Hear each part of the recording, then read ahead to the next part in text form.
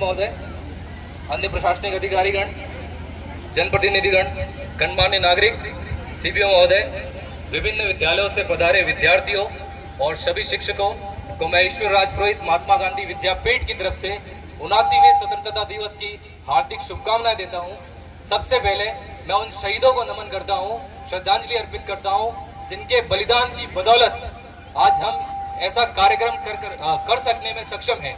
तो मैं उनको शब्द चढ़ाता हूँ, फूल नहीं है मेरे पास, मैं उनको शब्द चढ़ाता हूँ। हिंद जिनकी जान था, नाम हिंदुस्तानी, जिनका मजहब हिंदुस्तान था।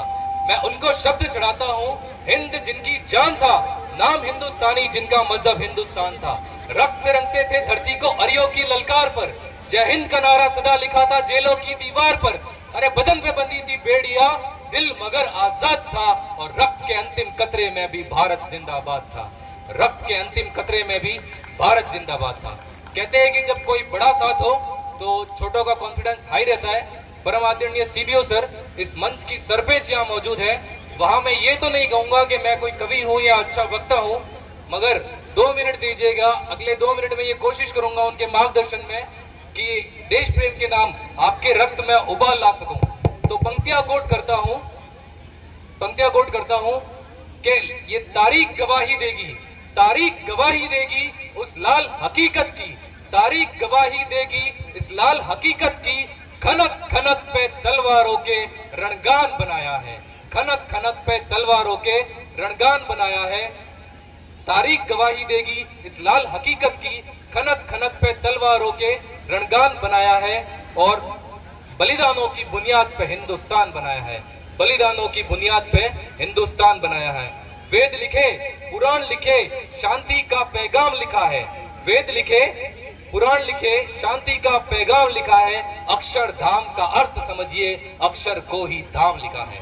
अक्षरधाम का अर्थ समझिए, अक्षर को ही धाम लिखा है। वीरों के जो नाम लिखे, वीरों के जो नाम लिखे, तो पहले राणा प्रताप लिखा है। और पत्थर भी वो तैर गए, हमने जिस पर राम लिखा है। पत्थर भी वो तैर गए, हमने जिस पर राम लिखा है। हिंदी के शिक्षक यहाँ मौजूद है। हिंदी विभाग की सहमति इस बात पर दर्ज कराना चाहूंगा, और इस बात को कहने में मुझे कतई संकोच नहीं है कि वीर रस के कवियों के लिए ये जमीन तीर्थ है, धाम है। और मैं किस जमीन पर खड़ा हूँ इस बात का इल्म मुझे है। और आपको भी लगे कि आपकी मिट्टी का कण कण अगर इन पंक्तियों में बोल रहा है, तो मेरा साथ दीजिएगा कि ये वीर प्रसूता वसुधा है, फौलाद के सीने देती है। रक्त पिलाकर देखो इसको, अमृत पीने देती है। इस चंदन रूपी मिट्टी का परिचय पूछो वीर के मस्तक से, इस चंदन रूपी मिट्टी का परिचय पूछो वीर के मस्तक से। ये लाल रंग की भेंट चढ़ी है हर बार युद्ध की दस्तक से, ये लाल रंग की भेंट चढ़ी है हर बार युद्ध की दस्तक से। अरे स्वाभिमान के रखवाले जब, स्वाभिमान के रखवाले जब जंगे आन में शैदा होते हैं, तो मान बचाने को महाराणा इसकी कोख से पैदा होते हैं।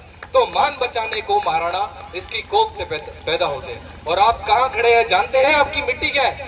अरे जहां शहीदी स्वयं वीर को तिलक लगाने आती है, गिरे रक्त की बूंद अगर तो मिट्टी को महकाती है। रणभूमि में सजा धजा के भेज स्वयं सुहाग को, गले लगाती है छत्राणी जौहर वाली आग को। रणभूमि में सजा धजा के स्वयं भेज सुहाग को, गले लगाती है छत्राणी जौहर वाली आग को।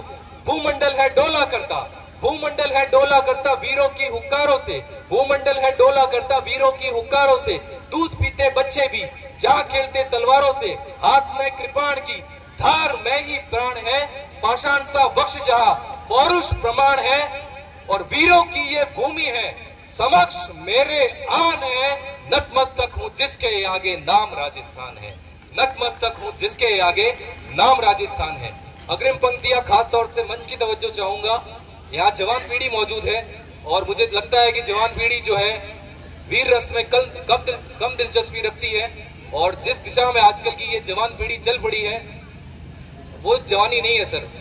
जवानी का मतलब समझिए, आप भारत में खड़े हैं। जवानी का परिचय आपके समक्ष रखता हूँ। खुदीराम ने खुददारी से हंसकर जिसका दान दिया, भगत सिंह ने चूमा फंदा और जिसे कुर्बान दिया।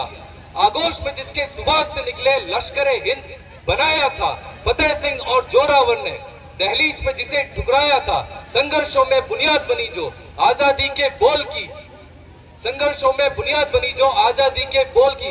अरे सुलग रही थी गर्म नाल में शेखर के पिस्तौल की, सुलग रही थी गर्म नाल में शेखर के पिस्तौल की।